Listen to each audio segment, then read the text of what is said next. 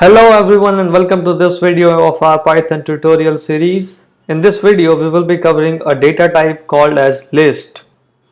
In a previous video we learned about array indexes and slicing a particular substring from our string. List is somewhat similar to strings. As we know that a string is a collection of characters and similarly list is also a collection of data. Let us create a list with a name, let's say new, and I want to declare it as a list, as a collection of data. The syntax of declaring a list in Python is by using square brackets. Let's say I want to store numbers from 0 to 5 in it. I have integers 0 to 5 in my list, and if I check the data type of my list new, I got class list. When we use square brackets, we get the data type as list. Now, indexes works in the same way as they work with strings. The difference is that in strings, each of the character is treated as a different element in a string. But in list, we specify the different elements by using commas. In list, the elements are always comma separated, which means 0, 1, 2, 3, 4 and 5 are the elements of the list. But if we declare the same as string 0, 1, 2, 3, 5, commas will also be the part of that string. They will also be the element of that string. But in list, all the elements are comma separated and commas are not considered as element of that list. Now let's say I want to access my second value in my list. So I know the index of the second value in the list will be 1. New 1. I got 1 as output. As you can see, the second element in the list is 1 after 0. Similarly, negative indexing also works too. If I check new minus 2, second last element of that list, which is 4, I got 4. Slicing also works in list. Now let's say I want to slice my list from indexes 1 to 3. So I will have to mention the range as 1 to 4 as discussed in our previous video about slicing. I got another list which contains the elements from our range of indexes we mentioned here 1 to 4, which gave me 1, 2 and 3 values. Now how is list different from array? Because if they are same, why not just call them arrays? Why give a new name? The basic definition of array is it is a collection of the data of same data type. This is where the difference between list and array comes. In list we can store the data of multiple data types too, and which is what makes it not an array but a collection. Now what is a collection? Every array will be a collection, but not all collections will be array because of the difference in the data type holding. In array we can store only one type of data, but in collections we can store multiple data types, which creates a difference between collections and array, which are often referred as homogeneity. Arrays are homogeneous, which means only one data type can be stored, and collections are heterogeneous, which means different data types can be stored into a single entity. If you have studied C++ earlier, you might know that in classes and structures we can store multiple data of different data types. But if we declare the array, we only have to give one single data type. This is how collections and arrays are different. String is an array, integer array is an array, list is a collection, class is a collection, structure is a collection. However, we don't use structures in Python. So I hope that it's clear what is the difference between a list and an array. So now let's implement the difference. So now let's see this difference in action. I know that I can store multiple data types in my list. So let's say I want to update my list as 1, 3, 5, let's say 7 as string. Now if I check the 0th index, the first value in my list, it is 1. Obviously it should be 1, the first element in my list, 0 index value is 1. Now if I check the value at index 2, I should get the third value in my list, which is 5. Now if I check new 3, it should give me the fourth value in my list new, which is 7 as a string, which is exactly what I got. The whole string here, the whole collection of character is treated as a single entity in this list. It is a single element of that list. Now let's have fun and see what other data types we can store. How many different data types we can store. Now let's say I want to overwrite my list again. Let's say I introduced 1, 2.0, which is a float value, a string, let's say string, a boolean true, a complex number 3 plus 2j. Now if I see my list, it is storing each and every data I introduced in it, no matter what the data type of that element is. So our lists are purely heterogeneous. We can introduce as many data type in it as we can, how many times as we want. Now let's experiment again. What will happen if I store another list within my list? Now let's say 1, 2, another list saying 1, 2. And now if I access the third element of the value in my new list, the index of that element should be 2. I got 1, 2 as another list. So continue experimenting with it. Now let's move on to the functions that we can use on lists, the operations we can perform on our list. Now let's say I want to check the length of my list, the number of elements stored in it. Now we know from our strings video, we can get the length of our string by using the function len. If we use the same function on list, we will get the length of list, the number of elements present. Now keep in mind that the whole list is considered as a single element here, because 1 is 1 element, 2 is 2 element, and the list containing 1 and 2 in strings is another element. It's only a single element in our list because we can directly access it via a single index in our list. Now let's move on to another function. We got the length of our list. Now let's reassign our list new 0, 1, 3, 4. I have 4 elements, 0 to 4, missing 2. Now let's say I want to add element 5, the integer 5 in my list. What can I do? One thing which I can do is create a whole new list which includes all the elements of new list and the element which I want to add in that list. But in Python we have a function called as append. What is append?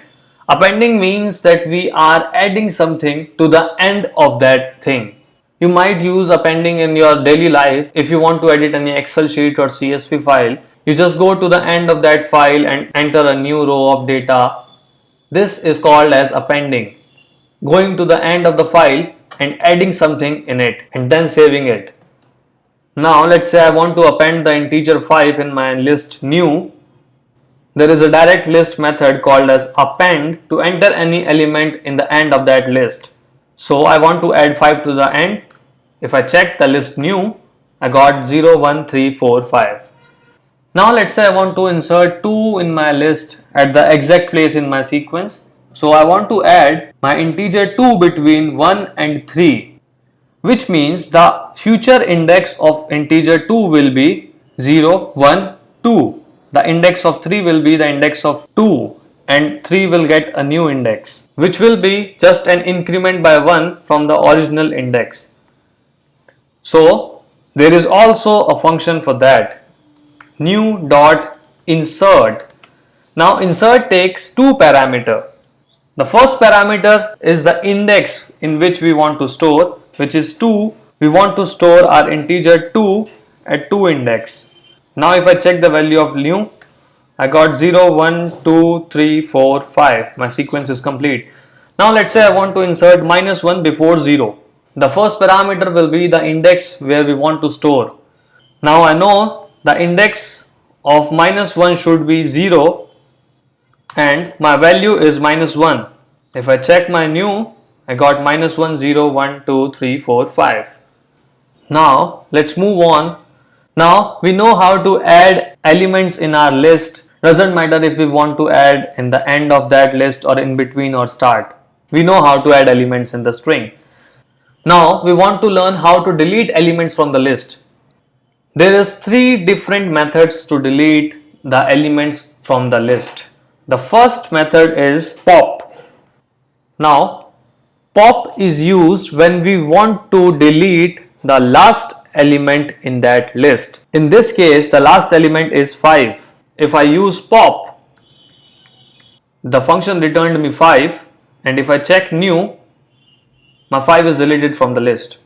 Now this is the way to delete the last element in our list, but what if we want to delete something from the middle of the list? What we can use is another function called as remove. Now remove function takes the value of the element which is to be deleted.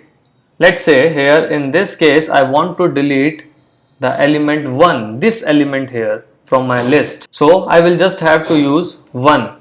If I check my list again, I got -1, 0, 2, 3, 4. My 1 is deleted from the list. Now let's add another 2 in the end of the list. We can do it by using new dot append 2. My list is -1, 0, 2, 3, 4, 2. Now if I want to remove 2 from our list, we know that we have 2 in our list. Which 2 will be deleted? Will it be the last one? Will it be the first one? Will it be both of them? Let's check.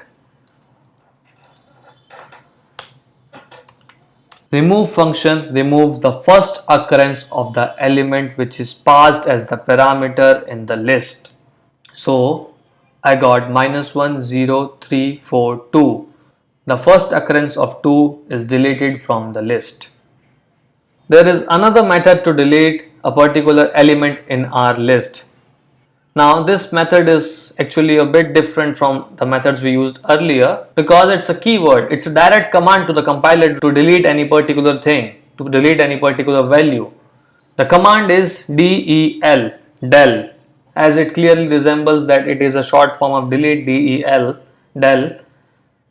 Now delete always takes the value in front of it separated by space to delete from the memory. As we have seen earlier, to access any particular value in our list, we have to use indexes. Now, if I want to delete the number 3 here, this element 3 from my list, I know that the index of this element is 2. So, if I just gave my del command new 2, the index 2 of our new list, which means the value 3, this element here, is passed to delete command, and if I check my new, the 3 is deleted from my list. Now let's reassign our list again as, let's say, odd numbers 1, 3, 5, 7, 9, and let's create another list, new 1, which will be even number from 0, 2, 4, 6, 8. We got 5 even, we got 5 odd. What if I want to merge both lists? The one option we have is use append. We have learned how to insert new values previously by using append. We can use append here. Let's say I want to add new 1 list in my new list and I pass new 1 here. What I got? It appended the whole list as a single element. But that's not how merging works. We want each element to be different. So what we can do is, let's reassign new by original string. Now if I check my values of new and new 1, I have odd and even numbers. Now how to merge these lists in such a way that each of the elements are treated as individual elements?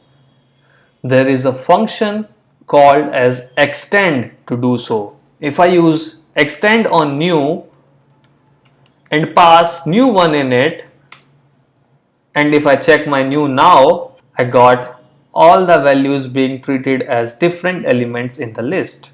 So what exactly happens here is the extend function tells the list new, the list name new, to increase its spaces so that it can house the elements of new 1. Now my new is updated as 13579024688. Now there is another way to extend or to merge a particular list into two. What I can do is new equals to new plus new 1. If I check new now, I know that up until now I already had values till 8, and now once again I added new 1, so I got 0, 2, 4, 6, 8 again in my list. Now we have 0, 2, 4, 6, 8 in our new 1 list. We know how addition work in our list. It merges the list, similar to the concatenation in strings. What happens when I try to use multiplication operator on new 1?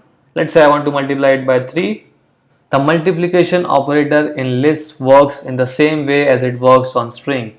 It repeats the string, it repeats the list the number of times that we have mentioned. Now let's check the value of our new. We have too many useless values in our new. Let's say I want to clear it. I want to get rid of this data. I'll just use new.clear function, and if I check my new now, it's totally gone. It's cleared. My list named new is now an empty list. Now I can do whatever with it. Let's assign my list new as new 1. Let's equate them. So my new has got the same value as new 1. And let's delete 0 from my list new. I know I can delete by this method. If I check the value of new now, I have already deleted 0, and I now want to delete the element 4, which is at index 1. I used again new 1, and if I check my new again, I got 268. I deleted these two elements from it, so I am left with 268. That's right. And now let's check new 1. Wait a minute. We have not performed any operation on new 1, because when we checked here, we got 0, 2, 4, 6, 8. But we have only performed operations on new. We have not performed operations on new 1. How did that happen? So the place where we got wrong is here. We assigned new 1 to new, which means new got the same memory location which is assigned to new 1 earlier when we use this assignment operator. What does that mean? This means that if I make any changes in any one of those variables which are sharing the same memory, the effect will be on all of the variables that are sharing that memory location. So that is why when we deleted new 0 and new 1 here, the same changes got reflected in new 1 too. How to prevent that? Here comes another function of list. We now have new 1 as 268, and I want to reassign new as the same elements in new 1, but this time we will make a copy of it, which is new 1 dot copy. Now if I check new and new 1, we have same values, but let's perform another operation. Now let's make changes in our list new and see how it affects new 1. Let's delete new index 2, which is value 8 in our list new, and delete new 0. So we are only left with value 6, and if I check new 1 now, my new 1 is intact. My new 1 has not shown any changes, it's not edited. My new 1 is as it is. So this is where copy function comes in use. When we want to copy the data from one variable to another, but you don't want to reflect the changes made to one to another variable. Now let's reassign my variable new as, let's say, random numbers 3, 7, 2, 5, 9, 10, 100, 0, and I want to sort them. To sort them, I will have to perform any sorting algorithm on it, for which I will have to write code, and that's a bit messier. So there is already a predefined list function in Python which is used for sorting, and the function name is sort. Now if I check my value of new, I got 0, 2, 3, 5, 7, 9, 10, 100. It's sorted in ascending order. Now, what if I want to sort my list in descending order? Because no matter how many times I use sort, it will always give me the ascending order. I know that my list is now in ascending order, and to make it in descending order, I will just have to reverse the string. I just have to make 100, 10, 9, 7, 5, 3, 2, 0. So, what if I just use the reverse function which is available in list class, and now if I check my list new, I got descending order. We have learned about type conversion, which means converting any data type into a different data type. We have converted float to int to float, and we know that strings are array of character, and list and array are somewhat similar. So what if I want to convert my string to list? We have already got the class of list data type as list itself. So I know that if I want to convert any string to any list, all I will need is a string and to use the list function. Now let's say I want to convert A, B, C, D, E, F, G, H into list. I got A, B, C, D, E, F, G, H as different elements of that list. We can access it by indexes. A is at 0 index, B is at 1 index, C is at 2 index, and so on. So that will be all for this video. I believe that you got the basic idea of how lists work in Python. So continue experimenting with it as much as you can so that you can get a better grasp of lists in Python. Give a like and comment and subscribe to the channel to continue getting this type of tutorials. Thank you for watching. Until next time.